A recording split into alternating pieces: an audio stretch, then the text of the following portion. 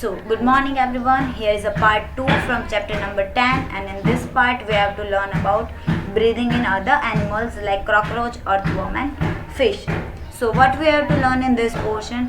So, animals such as elephant, lion, cow, goat, frog, lizard, snake and bird have lungs in the chest cavity like human beings. कि ये जो animals है उनकी body के अंदर भी lungs होते हैं. Then कौन कौन से animal which I mentioned and highlight कि ये सारे ऐसे एनिमल्स हैं जिनकी बॉडी के अंदर लंग्स होते हैं लाइक ह्यूमन बींग्स, और उनकी रेस्पिरेटरी सिस्टम भी किसके जैसी होती है?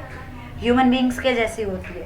बट बहुत सारे ऐसे एनिमल्स हैं जिनकी सिस्टम ह्यूमन बींग्स के जैसी नहीं होती, like cockroach and earthworm. Cockroach, earthworm, fish, ये सारे ऐसे एनिमल्स हैं जिनकी बॉडी स्ट्रक्चर हमसे अलग होती है. सो इनकी बॉडी में क्या होगा? तो सबसे पहले हम बात करते हैं कॉकरोच की. So a cockroach has small opening on the side of its body. जैसे हमारी बॉडी में हमारे पास नोज होती है, एट सेम वे कॉकरोच के पास क्या होता है? उनकी जो बॉडी होती है कॉकरोच की, उनकी दोनों एंड पे एक साइड और दूसरी साइड होल्स होते हैं, ओपनिंग होती है, वहाँ से वो क्या कर सकते हैं? रेस्पिरेशन कर सकते हैं. Then other insects also have similar opening. और कॉकरोच के अलावा दूसरे ऑर्गेनिज्म होते, उनके पास भी ऐसे छोटे छोटे ओपनिंग्स होती है. अब जैसे हमारे जो ऐसे दो होल है जिनको हमने नाम दिया है नोज, वैसे जो दूसरे एनिमल है उनके अंदर ये जो ओपनिंग है उनका कुछ नाम होगा. So this openings are called spiracles. ये दूसरे जो एनिमल्स है उनके वहाँ पे जो ओपनिंग है जहाँ से वो रेस्पायर करते हैं, उन ओपनिंग को बोला जाता है spiracles. Now insects have a network of air tubes called tracheas for gas exchange. जैसे हमारी बॉडी के अंदर ट्रीचाज होती है गैस के एक्सचेंज के लिए, at the same way insects also have trachea. किस लिए होती है? For the exchange of gas. ये सारी चीज़ें आप पार्ट 1 का वीडियो देख लोगी, आपको क्लियर हो जाएगी, क्योंकि उसके अंदर ट्रीचा और ये सब क्लियरली मेंशन किया गया है. नाउ अब होगा क्या? Oxygen rich air rush through spiracles into the tracheal tube. कि क्या होगा? ऑक्सीजन वाली जो एयर है वो स्पाइरेकल्स के थ्रू वो लोग रेस्पायर करेंगे, और वो ऑक्सीजन रिच एयर कहाँ पे आएगी? ट्रीचा के अंदर आएगी. ट्रीचा के अंदर आके फिर वो डिफ्यूज़ होगी. कहाँ कहाँ पे डिफ्यूज़ होगी? बॉडी टिश्यू के अंदर, और फिर पूरे बॉडी पार्ट के अंदर वो डिफ्यूज़ होगी. हर एक सेल तक वो सारी चीज़ें पहुँचेगी. Now similarly carbon dioxide from the cell goes into the tracheal tube and moves out through spiracle. अब ऑक्सीजन कैसे गया? सबसे पहले स्पाइरेकल में गया, स्पाइरेकल में से ट्रीचल ट्यूब में गया, फिर अलग अलग टिश्यू के अंदर गया और हर एक सेल तक ऑक्सीजन पहुंचा. तो ये ऑक्सीजन अंदर आने की प्रोसेस थी. इसी तरीके से कार्बन डाइऑक्साइड बाहर निकलेगा, तो कार्बन डाइऑक्साइड के बाहर निकलने की प्रोसेस भी क्या होगी? सेम होगी. कि भाई सबसे पहले वो कार्बन डाइऑक्साइड अलग अलग सेल में से टिश्यू में पहुँचेगा, वहाँ से ट्रीचा ट्यूब में आएगा, और ट्रीचा ट्यूब में से वो कार्बन डाइऑक्साइड क्या हो जाएगा? स्पाइरेकल्स के थ्रू बॉडी में से बाहर निकल जाएगा. I already highlight the things so you can got the idea what I am explaining to you.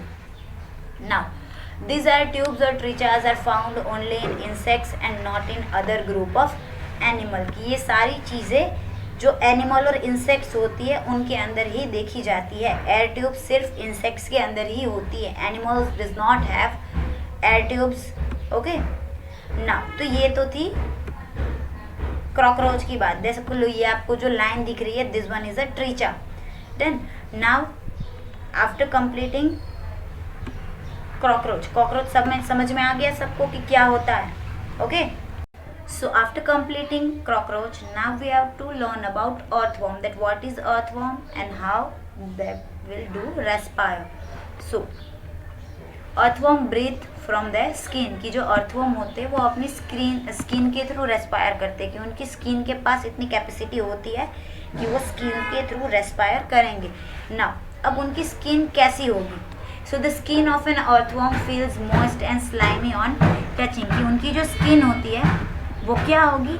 Moist होगी. हमेशा आपको उनकी स्किन गिली गिली लगेगी एंड स्लाइमी होगी.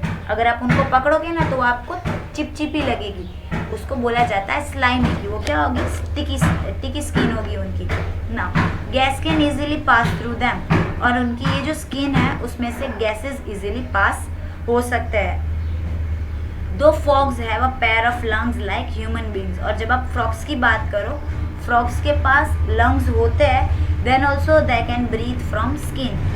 ये जो क्रॉप्स नहीं, फ्रॉग्स, ये जो फ्रॉग्स होते हैं, फ्रॉग्स के पास भी लंग्स होते हैं, but then also they respire from the skin. हम अपनी स्किन से रेस्पायर नहीं कर सकते, बट अर्थवर्म और फ्रॉग ये दो ऐसे एनिमल्स हैं, ऐसे इंसेक्ट्स हैं, ऐसे ऑर्गेनिजम्स हैं जो अपनी स्किन के थ्रू भी रेस्पायर कर सकते हैं, क्योंकि उनकी स्किन कैसी होती है, मॉइस्ट एंड स्लिपरी होती है। आप उनको पकड़ नहीं सकते, अगर आप उनको पकड़ने पे ट्राई करोगे ना तो वो छटक जाएंगे आपके पकड़ में से। Okay, now the next point and that is breathing under water. आपने आगे जो दो चीज़ें पढ़ी, that is cockroach and earthworm, तो ये तो दो रहते हैं ज़मीन के ऊपर। अब आपको ऐसे एनिमल्स पढ़ना है दैट ब्रीथ अंडर वाटर, कि भाई ऐसे एनिमल्स जो वाटर के अंदर रहते हैं फिर भी वो लोग ब्रीथ करते हैं, तो वो किस तरीके से करते होगी। सो ऐसा एक ही एनिमल है जो अंडरग्राउंड रहता है एंड ब्रीथ करता है, जिसको आपको पढ़ना है। एनिमल तो बहुत सारे हैं, बट आपको सिर्फ एक ही पढ़ना है, and that is fish. So already you study in grade 6 that fish have gills. Okay, आप ग्रेड 6 के अंदर ऑलरेडी पढ़ चुके हो कि फिश के पास क्या होती है, गिल्स होती है, और यही गिल्स उनको यूज़ होती है रेस्पिरेशन के लिए। Then so gills in fish help them to use oxygen dissolve in water, कि ये जो गिल्स है वो हेल्प करती है फिश को, जितना भी वाटर के अंदर डिजॉल्व ऑक्सीजन होगा उसको कैप्चर करने के लिए। तो जैसे ह्यूमन बींग्स रेस्पिरेशन करते हैं नोज के थ्रू, फिश कैसे रिस्पायर करती है, द रिस्पायर फ्रॉम गिल्स। अब गिल्स क्या होती है, gills are projection of the skin, कि गिल्स एक ऐसी चीज़ है जो उनकी स्किन के ऊपर आई होगी, स्किन के ऊपर के एरिया में उनको गिल्स लगी हुई होती है। Now you may wonder how gills help in breathing, कि आप ये सोच के मतलब शॉक हो जाओगे कि वो किस तरीके से हेल्प करती है, क्या करेगी gills. Gills are well supplied with blood vessels for exchange of gases, कि ये जो गिल्स होती है उनके साथ ब्लड वेसल्स कनेक्टेड होती है, उनके अंदर ब्लड वेसल्स का सप्लाई होता है। ब्लड वेसल्स इनके साथ होगी तो सीधा ब्लड स्ट्रीम यहाँ पे कनेक्टेड होती है, और यहाँ पे सीधा गैस का एक्सचेंज हो जाता है। अब गिल्स होती कैसी है, यहाँ पे आपको इमेज के अंदर मेंशन किया गया है कि गिल्स इस तरीके की होती है एंड इनके साथ ब्लड वेसल्स कनेक्टेड होती है, सो इजीली गैस का एक्सचेंज हो जाता है। देन तो ये इस तरीके से फिश रेस्पायर कर सकती है। नाउ फिश भी समझ में आ गया। Now we have to understand do plant also respire, कि प्लांट भी रेस्पायर करते हैं या नहीं करते। जैसे ह्यूमन बींग्स रेस्पायर करते हैं, ऑक्सीजन लेके कार्बन डाइऑक्साइड बाहर निकालते हैं, वैसे प्लांट रेस्पिरेशन करते हैं या नहीं करते हैं, that we have to learn. Now other organisms like plant also respire for the survival.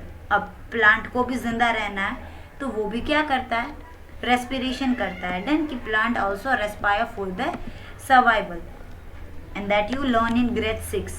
Now they also take in oxygen from the air and give out carbon dioxide. अब आपने अब तक ये पढ़ा होगा कि प्लांट क्या करते हैं, कार्बन डाइऑक्साइड अंदर लेते हैं और ऑक्सीजन बाहर निकालते हैं, but it's not like that, कि जब डिपेंड करता है कि जब सन होता है, जब सनलाइट होती है तब वो कार्बन डाइऑक्साइड लेते हैं और ऑक्सीजन बाहर निकालते हैं, बट जब सन नहीं होता देन उस टाइम पे फोटोसिंथेसिस की प्रोसेस नहीं हो पाती, इसीलिए उनकी प्रोसेस भी उल्टी हो जाती है। तो रात के टाइम पे, क्योंकि सन रात को ही नहीं होता, तो रात के टाइम पे क्या हो जाता है, प्लांट की प्रोसेस उल्टी हो जाती है, वो ऑक्सीजन लेते हैं और कार्बन डाइऑक्साइड को इजेक्ट आउट करते हैं। तो प्लांट के पास दो टाइप की रेस्पिरेटरी सिस्टम है, they can take carbon dioxide also and they can take oxygen also. But कब कार्बन डाइऑक्साइड कब लेंगे, जब सनलाइट प्रेजेंट होगी। तो जब सनलाइट होगी तब कार्बन डाइऑक्साइड इनसाइड लेंगे और ऑक्सीजन बाहर निकालेंगे, बट जब रात का टाइम होगा तो वो लोग ऑक्सीजन लेंगे और कार्बन डाइऑक्साइड बाहर निकालेंगे। इसीलिए आपके ग्रैंड पेरेंट्स आपको बहुत बार बोलते होंगे कि रात के टाइम पे कभी भी प्लांट के नीचे मत सोया करो, क्योंकि रात को क्या करते हैं, प्लांट भी कार्बन डाइऑक्साइड बाहर निकालते हैं, तो आपको पूरा ऑक्सीजन नहीं मिलेगा और आप ब्रीथ नहीं कर पाओगे। Okay, now in the cells oxygen is used to break down glucose into carbon dioxide and water as in other organism. अब जनरल इन्फॉर्मेशन तो हमने पढ़ ली, अब प्लांट के अंदर क्या होता है वो हम पढ़ते हैं। तो same like other organism plant के अंदर भी क्या होगा, जब वो ऑक्सीजन सेल तक पहुंचेगा तो सेल के अंदर in a cell oxygen is use to break down glucose into carbon dioxide water like other organism, कि जब ऑक्सीजन सेल तक पहुंचेगा तो दूसरे ऑर्गेनिज्म के जैसे ही ग्लूकोज डिवाइड होगा कार्बन डाइऑक्साइड और वाटर के अंदर. Now in plant each part can independently take in oxygen from the air and give out carbon dioxide. अब ह्यूमन बींग्स की बात कर लो तो हमारे पास सिर्फ नोज ही है ऑक्सीजन लेने के लिए, बट प्लांट एक ऐसी चीज़ है जिसका हर एक पार्ट ऑक्सीजन ले सकता है एंड कार्बन डाइऑक्साइड बाहर निकाल सकता है. फिर चाहे वो स्टेम हो, लीव्स हो, कुछ भी, उसके हर एक पार्ट के पास कैपेसिटी है ऑक्सीजन लेने की एंड कार्बन डाइऑक्साइड बाहर निकालने की. ये सारी ऑलरेडी चीज़ें आप चैप्टर 1 के अंदर पढ़ चुके हो. जो ऑटोट्रॉप वाला चैप्टर और जो फोटोसिंथेसिस आपको समझाया उसके अंदर ये सारी चीज़ें मैंने आपको एक्सप्लेन कर दी थी. Now already I explain that they are tiny pores called stomata, कि भाई प्लांट के पास छोटे छोटे पोर्स होते हैं जिनका नाम होता है स्टोमाटा, और वो गैस एक्सचेंज का काम करते हैं. कौन से गैस को एक्सचेंज करेंगे, ऑक्सीजन एंड कार्बन डाइऑक्साइड को एक्सचेंज करने का काम करेंगे. Okay, now like all other living cells of the plant the root cells also need oxygen to generate energy. अब हमने पहले ही बोला कि प्लांट के हर एक सेल रेस्पिरेशन की प्रोसेस करते हैं, तो रूट को भी रेस्पिरेशन करना होगा. रूट्स कहाँ पे होते हैं, ज़मीन की अंदर वाली साइड, तो उनको भी रेस्पिरेशन करना होता है, उनको भी ऑक्सीजन की नीड होती है. अब उनको ऑक्सीजन की नीड क्यों होती है, to generate energy. Energy generate करने के लिए उनको ऑक्सीजन की नीड होती है. तो रूट्स को ऑक्सीजन कहाँ से मिलेगा, so root take up air from the air space present in between the soil particles. अब रूट क्या होगा, देखो यहाँ पे आपको एक इमेज दी है देन कि ये आपके रूट्स है और ये सॉइल है. अब सॉइल के बीच में यहाँ पे जो जगह होगी उस जगह में से रूट्स को क्या मिल जाएगा, एयर मिल जाएगी. यहाँ पे मेंशन किया है ये एयर स्पेस, तो ये वाली सारी स्पेस में से रूट्स को इजीली एयर मिल जाएगी और वो एनर्जी बना लेंगे. Now can you gas what would happen if potted plant is over watered. और अब एक कंडीशन मैं आपको दे रही हूँ कि आपने ये जो सारी प्लांट की चीज़ें पढ़ी कि भाई बीच बीच में जगह है सॉइल में, वहाँ से उसको एनर्जी मिल जाती है. तो अब एक कंडीशन मैं दे रही हूँ कि आपने जिस पोट के अंदर प्लांट को ग्रो किया है उस पोट के अंदर अगर पानी बहुत ज़्यादा हो गया तो क्या होगा.